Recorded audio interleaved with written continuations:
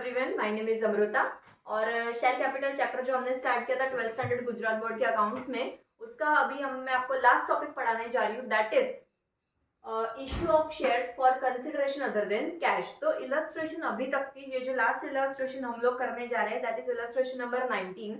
But उसके पहले के जितने भी सम्स आपने देखे तो आपने देखा होगा कि शेयर्स के बदले में हमें बैंक अकाउंट डेबिट करते थे। दैट मीन्स शेयर के बदले में हम लोगों को क्या मिलता था? पैसा। ओके, अब यहाँ पे हम लोग देखने वाले हैं कि शेयर के बदले में और क्या क्या चीजें हो सकती है अदर देन कैश। ओके, तो या तो हम किसी का फुल फ्लेज बिजनेस खरीद रहे, दैट मीन्स कि हम किसी का पूरा बिजनेस खरीदेंगे, दैट मीन्स हमें एसेट भी मिलेगा, हमें उसके लायबिलिटीज भी मिलेगी। तो एसेट और लायबिलिटी खरीदने के बदले में पैसे नहीं दे रहे हम लोग, बदले में क्या दे रहे हैं? Equity shares. ठीक है, या तो प्रमोटर्स को रेम्यूनरेशन कैश में पे करने के बदले में क्या दे रहे हैं? शेयर, अपने कंपनी के शेयर्स। या तो अंडर राइटर्स को अंडर राइटिंग कमीशन देने के बदले देने के लिए हम लोग कैश के बदले क्या दे रहे हैं? यहाँ पे भी शेयर दे रहे।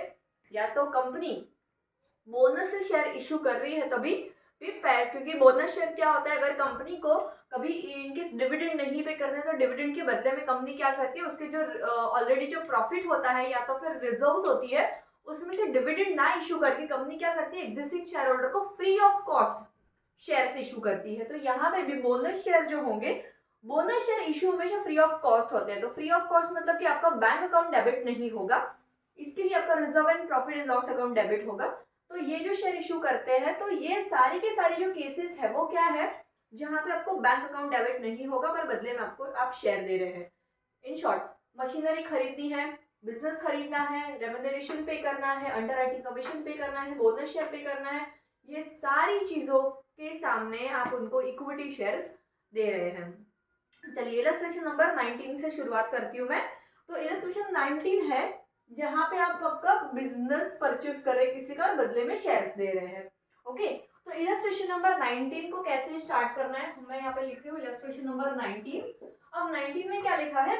आकाश Limited issued 8 lakh equity shares of ₹10 each towards purchase of a business of Patel Brothers and Company purchase the following assets and liability of the firm. तो सबसे पहले क्या करेंगे? अब भी we are Akash Traders and we have to pay the amount that is purchase consideration to Patel Brothers.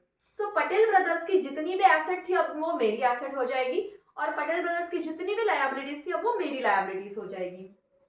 सो यहाँ पे मैं एसेट्स लिखूंगी सबसे पहले, that is land and building account debit.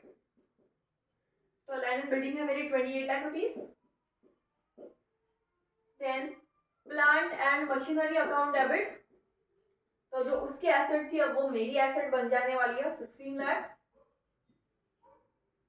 Then vehicle and furniture account debit, तो उसका जो व्हीकल फर्नीचर है वो मेरा व्हीकल फर्नीचर बन जाएगा, दैट इज 20 लाख। डेटर्स, उसके डेटर अब मेरे डेटर्स होंगे, so debtors account debit again 4 lakh rupees. Stock, stock भी मेरा क्या है? एसेट है, तो सारी की सारी एसेट मुझे करनी है डेबिट यहाँ पे, तो that is 8 lakh. And bills receivable, ये भी मेरे लिए क्या है? Asset, SBR account debit 8 lakh. ठीक है, अब यहाँ पे क्या करना है? एक लाइन आपको छोड़ देनी है। जब भी आप बिजनेस परचेस कर रहे हो तो आपको एक लाइन बीच में छोड़ देनी है। तो यहाँ पे मैं अब लिख रही हूँ मेरे लायबिलिटीज। तो लायबिलिटी में एक ही लायबिलिटी मुझे यहाँ पे दिख रही है, that is creditors. Okay, so creditors मेरे हो रहे हैं यहाँ पे 8 lakh, right. To Patel brothers को मैं कितनी अमाउंट पे करी हूँ यहाँ पे? तो पटेल ब्रदर्स को अमाउंट कितनी पे करे वो यहाँ पे दिया नहीं है डायरेक्टली, पर आप फर्स्ट लाइन में आप देख सकते हैं 8 lakh equity share of ₹10 each. That means मैं यहाँ पे परचेस कंसिडरेशन, इसको क्या बोलेंगे हम लोग? Purchase consideration. मैं यहाँ पे परचेस कंसिडरेशन जो है वो मैं पे करी हूँ 80 लाख। ठीक है, अब जो यहाँ पे मैंने एक लाइन आपको छोड़ने का बोला था उसका हम क्या यूसेज करेंगे? तो यहाँ पे देखिए सारी की सारी एसेट, इन सारी की सारी एसेट का जो टोटल हो रहा है मेरा, वो हो रहा है मेरा 84 लाख। ओके, ये 84 लाख और उसके बदले में लायबिलिटी, तो 84 मेरी एसेट हो गई, उसमें से आप लायबिलिटी जब माइनस करोगे तो आपको जो अमाउंट मिल रही है दैट कम्स टू 76 लाख। ठीक है, तो 76 लाख कंपनी की एक्चुअली वैल्यूएशन जो हो रही है after considering the net assets. Net asset का मतलब होता है एसेट माइनस लायबिलिटी। ओके, तो नेट एसेट माइनस मतलब एसेट माइनस लायबिलिटी जो है हमारी हो रही है 76 लाख, पर मैं पटेल ब्रदर्स को 80 लाख पे कर रही हूँ। क्यों?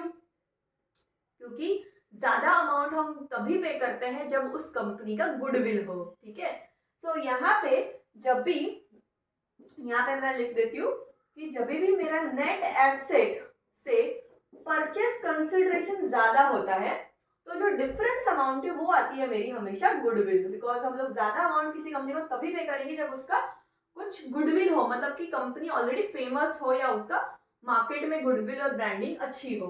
ओके, तो इस केस में मेरा नेट एसेट कितना बन रहा है 84 माइनस 8 दैट इज 76 लाख, जबकि परचेस कंसिडरेशन है मेरा 80 lakh. Okay, so that difference which is a 4 lakh जो बनता है मेरा गुडविल। ओके, तो यहाँ पे मैं यहाँ पे डेबिट कर दूंगी गुडविल अकाउंट डेबिट। इसीलिए मैंने आपको एक लाइन छोड़ने को बोला था।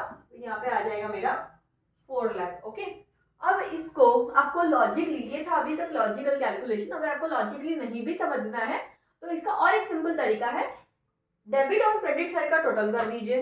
ओके, डेबिट और क्रेडिट में देख लीजिए कि कहाँ अमाउंट मेरा कम पड़ रहा है। ओके, वो जो अमाउंट अगर कम पड़ रहा है वो डेबिट में आ रहा है तो वो गुडविल है। ओके, दिस इज अ गोला मेथड कैलकुलेशन। ओके, ये जो था वो है लॉजिकल कैलकुलेशन, राइट। अब ये हमारा आ गया बैलेंसिंग फिगर यहाँ पे।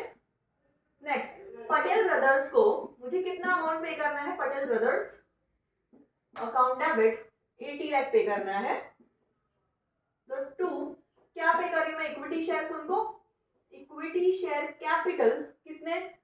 8 लाख शेयर्स ऑफ ₹10 ईच। सो ये कैलकुलेशन हो गया मेरा 80 लाख का। दैट मैं पटेल ब्रदर्स को बिजनेस खरीदने के बदले में पैसा नहीं दे रही, मैं उनको मेरे इक्विटी शेयर्स दे रही हूँ, दैट वर्थ ₹80 लाख। ओके, तो ये हो गया आपका इलस्ट्रेशन नंबर 19 का calculation with the two entries only.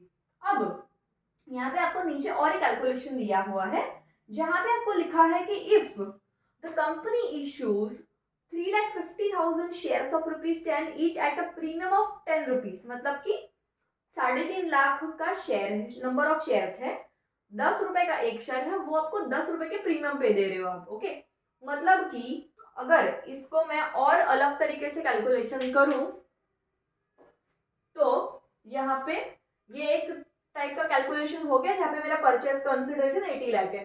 अब मैं आपको और एक तरीका दिखाती हूँ यहाँ पे जिसमें आपका परचेस कंसिडरेशन कम होगा, मतलब कि वापस से सेम एंट्री बट बीच का अमाउंट आपको छोड़ देना है। अगेन यहाँ पे ये अमाउंट चेंज हो जाएगा और ये अमाउंट चेंज हो जाएगा। ठीक है, तो आपका ये वाला एंट्री यहाँ पे अलग हो जाएगा। तो अब देखिए आपको पटेल ब्रदर्स को कितना रुपए पे कर रहे हो आप? तो 350 नंबर ऑफ शेयर्स इंटू ₹10 का शेयर का अमाउंट, ₹10 का प्रीमियम, सो टोटल आप ₹20 पे कर रहे हो। दैट मीन्स 350 into 20 आपका परचेस कंसिडरेशन कितना बनेगा यहाँ पे? 70 लाख। ये अमाउंट आ जाएगा आपका 70 लाख। अगर गोला मेथड करके देखो तो आपको पता चल जाएगा कि मेरा डिफरेंस जो है क्रेडिट साइड में आ रहा है और क्रेडिट साइड का जो डिफरेंस आ रहा है मेरा, वो आ रहा है मेरा 6 लाख रुपए का। ओके, अगर यहाँ पे मैं बात करूं तो मेरा नेट एसेट आ रहा है यहाँ पे 76 लाख, जबकि परचेस कंसिडरेशन मैं पे कर रही हूँ उनको 70 लाख। तो अब मैं किसी भी बिजनेस को कम पे कर रही हूँ, दैट मीन्स कि जो डिफरेंस अमाउंट है वो मेरा चला जाएगा कैपिटल रिजर्व में। तो ये आ जाएगा मेरा 6 लाख। ओके, तो ये बीच का लाइन छुड़वाने का लॉजिक यही है कि अगर आपका डिफरेंस डेबिट में आ रहा है तो आप डेबिट में अमाउंट लिख दो। डेबिट के अमाउंट मतलब एसेट, एसेट में आ जाएगा गुडविल। ओके, और अगर इस केस में आपको क्रेडिट साइड का टोटल कम आ रहा होगा, डेबिट में आप देख सकते हो डेबिट का टोटल है 84 लाख, जबकि क्रेडिट का टोटल बन रहा है ओनली 78 लाख। तो मेरा डिफरेंस अमाउंट कहाँ आना चाहिए? क्रेडिट साइड पे, to balance both my debit and credit. तो यहाँ पे मेरा डिफरेंस अमाउंट आ जाएगा कैपिटल रिजर्व। तो अगर आप एक ही लाइन छोड़ते हैं तो यहाँ पे आपके दोनों तरीके के काम हो सकते हैं। एक ही एंट्री में गुडविल है तो गुडविल, कैपिटल रिजर्व है तो कैपिटल रिजर्व, दोनों एक साथ आने की पॉसिबिलिटी 0 है। ओके, तो कैपिटल रिजर्व में आपका बैलेंसिंग फिगर आ जाएगा, बैलेंसिंग फिगर यहाँ पे which comes to 6 lakh rupees. अब आप देख सकते हो आपका डेबिट एंड क्रेडिट दोनों मैच हो चुका है। अब मुझे पटेल ब्रदर्स को कितना पे करना है? 70 लाख। ओके, पर ये जो 70 लाख था वो आप प्रीमियम के साथ में पे कर रहे हो, तो यहाँ पे और एक एंट्री ऐड हो जाएगी, that is security premium reserve. ठीक है, तो 3.5 lakh number of share, 3,50,000 is number of share into the face value of share was 310 rupees, so ये हो गया आपका 35 lakh and remaining 10 rupees was for security premium, तो ये अमाउंट भी आ जाएगा आपका 35 लाख। ओके, तो इस तरीके से आपका यहाँ पे एंट्री हो जाएगा। अगर आप ज्यादा पे कर रहे हैं तो गुडविल आ जाएगा, कम पे कर रहे हैं तो कैपिटल रिजर्व आ जाएगा। ओके, तो यहाँ पे आई होप आपको सारे के सारे शेयर कैपिटल के रिलेटेड सारे सम्स के बारे में आप समझ में आ ही गया होगा। इन केस आपको शेयर कैपिटल रिलेटेड और किसी भी टाइप के क्वेश्चन में डाउट है तो आप मुझे कमेंट में लिख के भेज सकते हो। मैंने मेरी पूरी कोशिश की कि सारी की सारी टाइप के सिचुएशंस शेयर कैपिटल के मैं कवर कर लूँ। इन केस डाउट है तो आप मुझे कमेंट सेक्शन में लिख के भेजिए, तो मैं मेरी पूरी कोशिश करूंगी कि मैं डाउट का आपको जल्दी से जल्दी सॉल्यूशन दूँ। और अभी भी चैनल को सब्सक्राइब नहीं किया है तो प्लीज़ चैनल को सब्सक्राइब कर दीजिए और मेरे आने वाले वीडियोस की अपडेट के लिए रेडी रहिए। Thank you so much.